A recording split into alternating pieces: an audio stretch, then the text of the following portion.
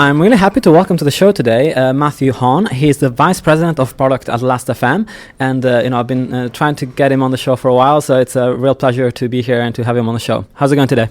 Very well. Thanks very much, Andre. I'm very happy to be here. So let's start with your background at Last.fm. You've been here, it's pretty much a year anniversary these weeks. And so where do you come from? What's your background and how do you end up at Last.fm? Sure. I started off way back when in San Francisco as a journalist, where I used to cover digital media and technology for Macworld magazine, a lot of online stuff. And I helped launch Macworld Online back in 1993, 1994 on AOL and on the internet, which was... on the web, it was a new thing. So it's kind of, I go way back at this. I then ended up working for MSNBC on a television show web project called The Site, which ran in San Francisco for a couple of years, before leaving that to move to New York, actually, where I joined Universal Music right as soon as Napster arrived. So it was kind of an interesting arrival, where I then spent 10 years working for Universal and Sony, kind of back and forth a little bit. And came to London in 1996 permanently to drive digital distribution for Sony. So helping to prepare for Europe and Asia, Sony Music's international distribution strategy. So building products for them. I ended up doing quite a bit of direct-to-consumer work for them. So working with Drupal to build artist websites, e-commerce products, and a whole lot of CRM and direct sales tools for the record labels. But then I kind of hit a wall, I think, with those guys. I got tired after a year of not getting as much done as I wanted to get done. I think the woes of the record labels are well known. But after working with about 400 different services across Europe and Asia, I had a pretty good idea of who the good companies were. I worked with everyone from Nokia to Apple to Amazon, everyone, all the minor carriers across Europe. And the one place that I knew I wanted to be, it was pretty easy for me to make a choice, and that was Last.fm was top of my list. Yeah. So when the position came open at Last.fm last year, it was ideal for me. And I was really happy to make that change and make the move for a service that I've used since the beginning. And being able to hook up with the Last.fm team and to build a new product team here, which is what they asked me to do, was just a perfect opportunity. And in terms of Last.fm as a company, the definition of what you do is in a way stayed the same, and in a way changed a lot. Yeah. So it's kind of hard to pinpoint exactly a definition of Last.fm, but right. Would you try to attempt on something? Yeah. Yeah, I can try to do that. I think the thing that hasn't ever changed, and I think this goes back to Richard Jones' days as a university student, is the heart of what Last.fm does and will always, I think, be is the notion that we are a personal service that uses your music listening history to make your music experience better. Right. So whatever we do, we've ever done. So we've done radio. We still do radio. We've done on demand. We've done wiki-based pages. I think ultimately that stays at the core. Scrobbling stays at the core. And what we do with the data is also just as important as collecting it. I think lots of people are going to collect listening history data from lots of places, but nobody, I think, does what we do with it, which is to turn that right back around in the form of great recommendations and in the form of a great community. And that really, if I try to define us now in a single line, I think Last.fm is a global music community that is powered by its listening behavior to give you great recommendations. Yeah. And one of the challenges for Last.fm has always been, in a way, to get out there and get people to use it, because once people use it, usually it's pretty mind-blowing. People are like, oh, it's great, I'm going to keep using it. So it's just making them understand what the company does and what the service offers. Yeah. One thing that's been amazing, like from the last couple of weeks, is and it's part of a wider number of products that are going to come out from Last.fm, is the Spotify announcement and the Last.fm app within that. So that's one really great way for you to gain a wider visibility across a more broad audience as to what the company does and get them interested in the service.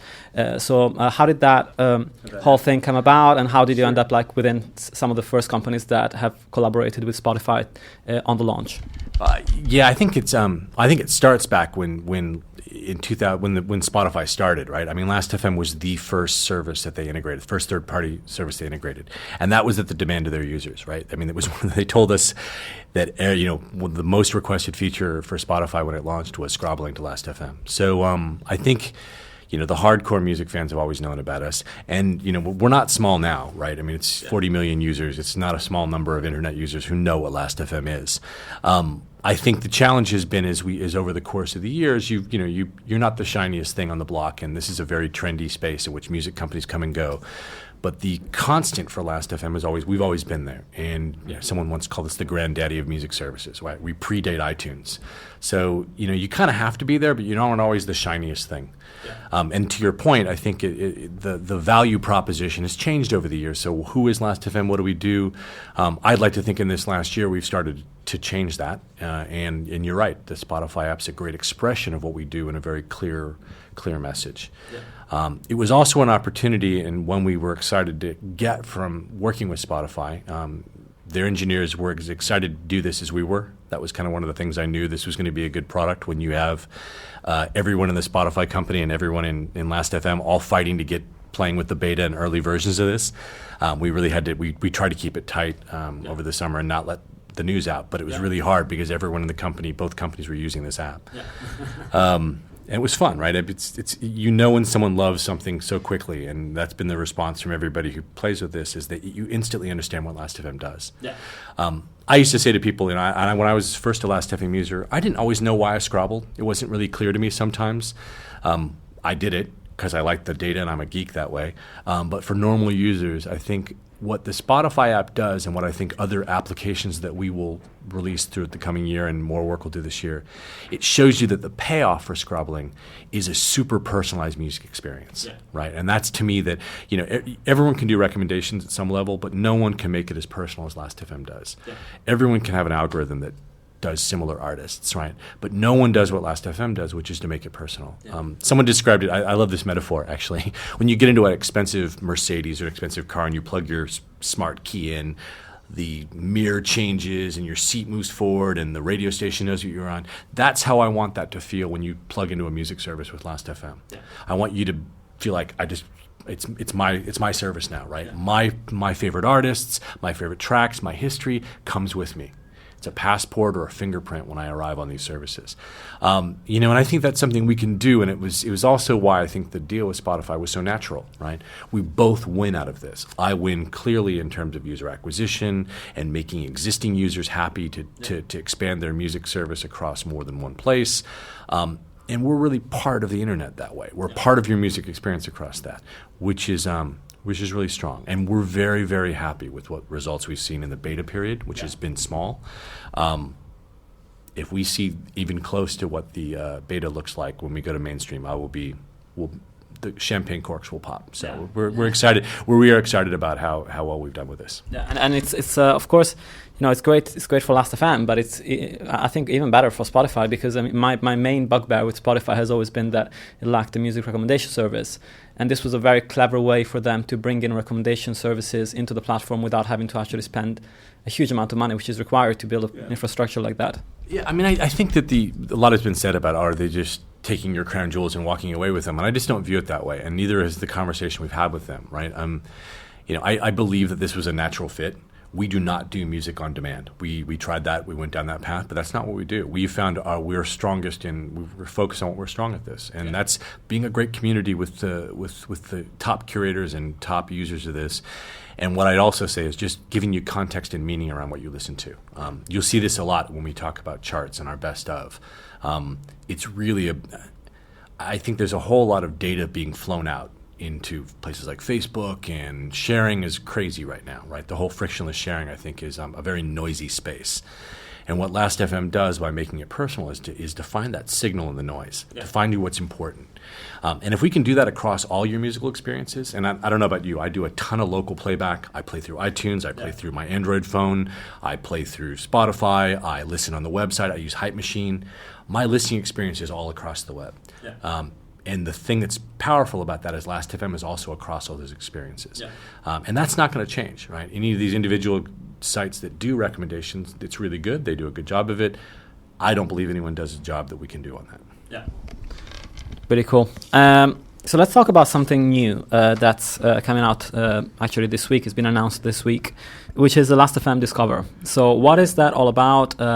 What is the idea? What's the partnership, and how does it work? Yeah, so we've had something in our playground, which is where our developers always played, called Rec Explorer for a certain at the time.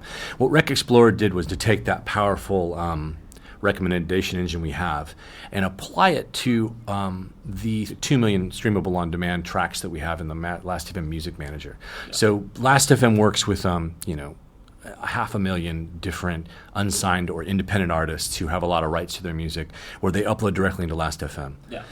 They're able to then have those played on our radio. Yeah. They'll be able to have them on demand on their artist pages, and they're able to make them available as free downloads. Yeah, and that was just been announced maybe like a year and a half ago, or something like that? Yeah, we've always had them. It's funny. Okay, so we work with mp3.com recently to make those more available, but they've always been there, right? And they've always been really popular.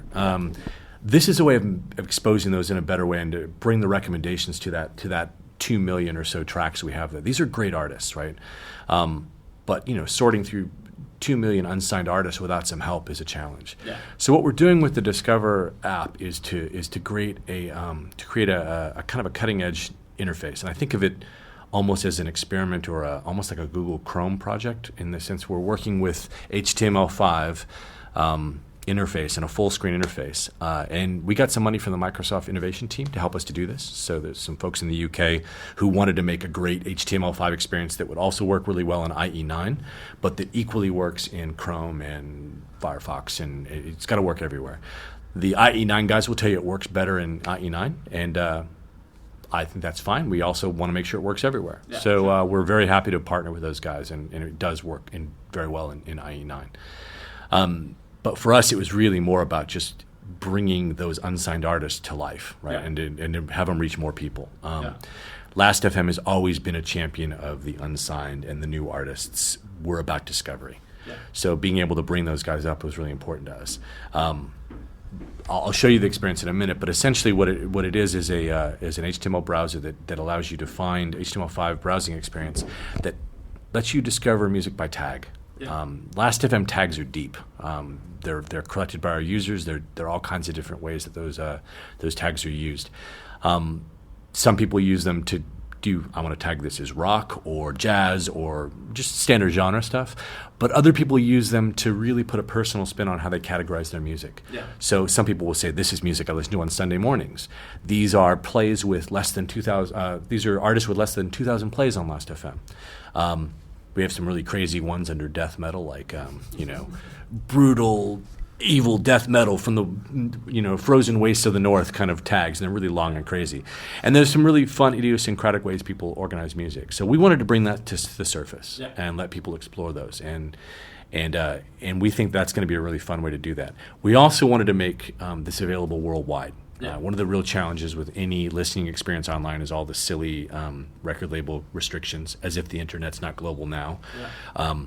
Mostly because these guys have got their own rights, we said, look, this is everywhere, anywhere in the world. Uzbekistan, Tonga, wherever you want to listen to this music, it's available worldwide and globally.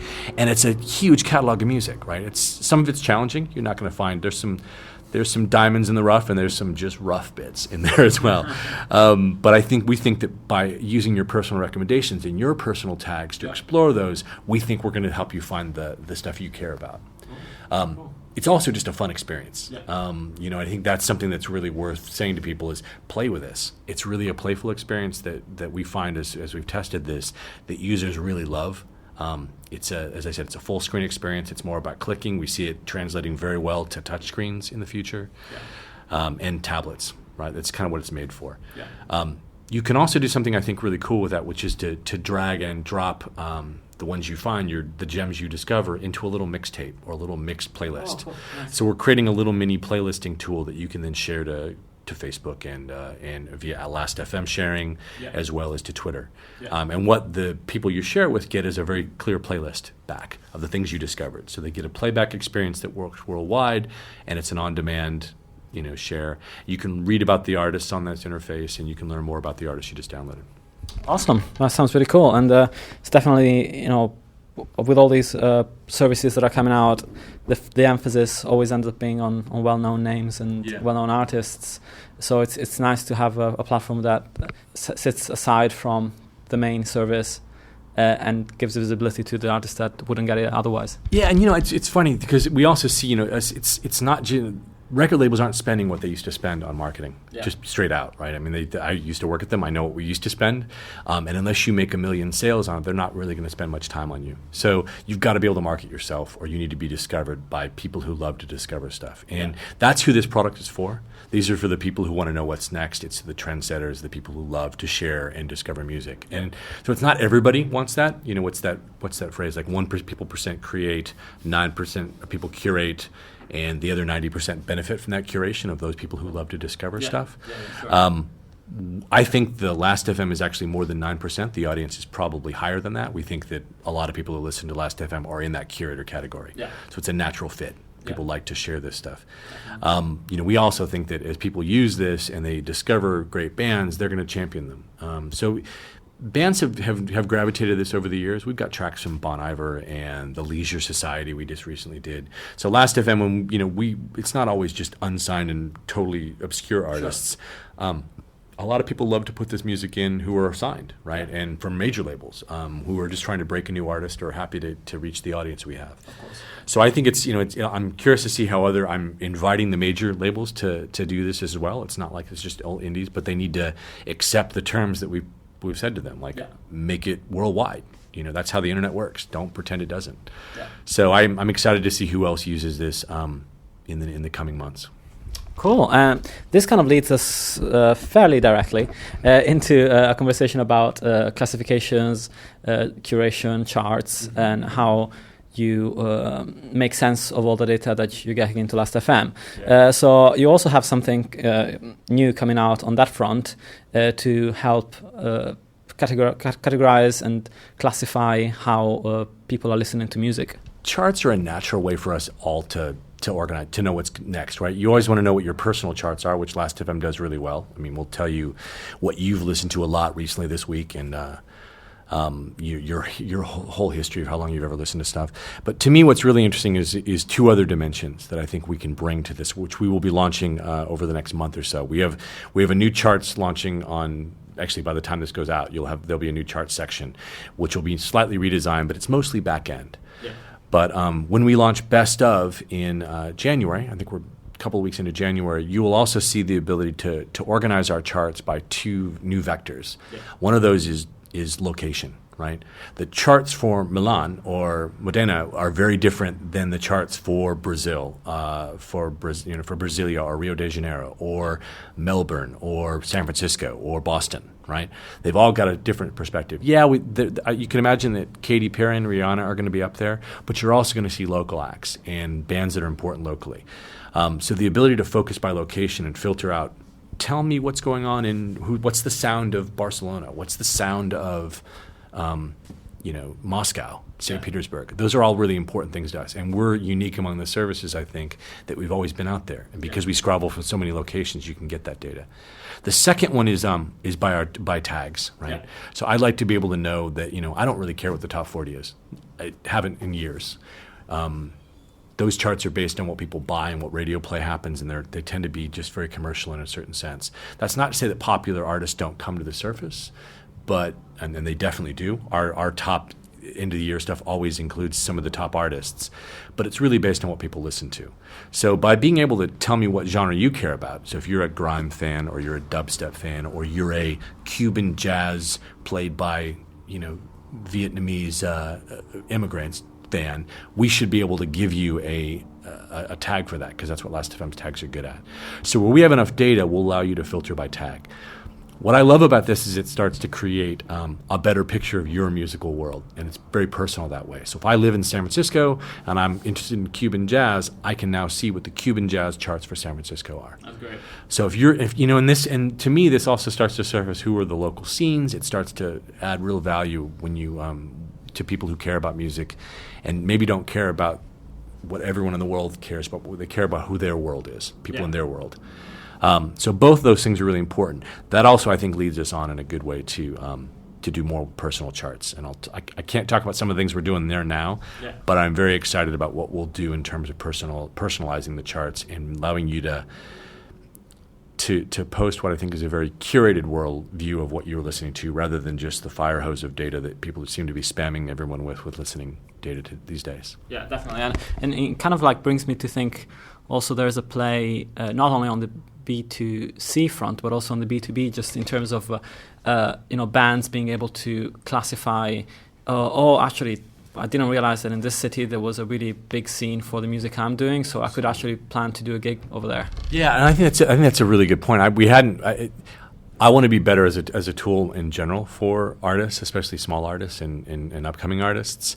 And again, I can't talk about something we haven't released yet. I want to, but we have got some really good stuff that I think we're going to help those artists to better pinpoint their who their audience is, where they are. And to support them better.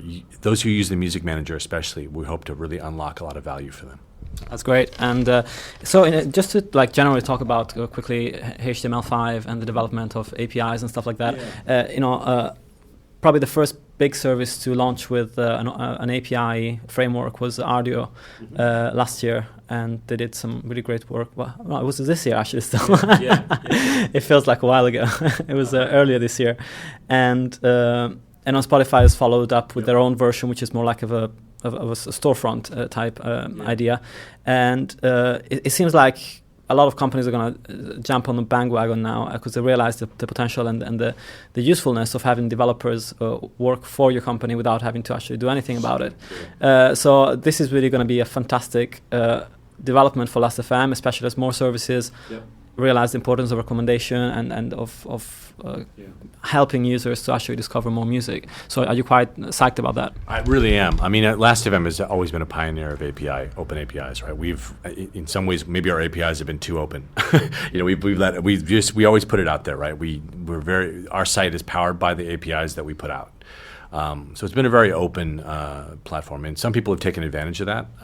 I look forward this year to making sure that the value is on both sides of the equation, just as Spotify and Arduino have done. We don't make an open API for the streams that cost us money to let you build a business on streaming, but we do think that the similar artist APIs, the information APIs, some of those things have really worked well for us, right? As you said, it makes the ecosystem bigger. And we're a part of that foundation. We always have been. We don't intend to charge for those, right? My goal is to keep those APIs open where we can, where it doesn't cost us money to make them open, but to make the ecosystem bigger and to make sure that Last.fm is woven into the fabric of many music services. We've always done that. We'll continue to do it.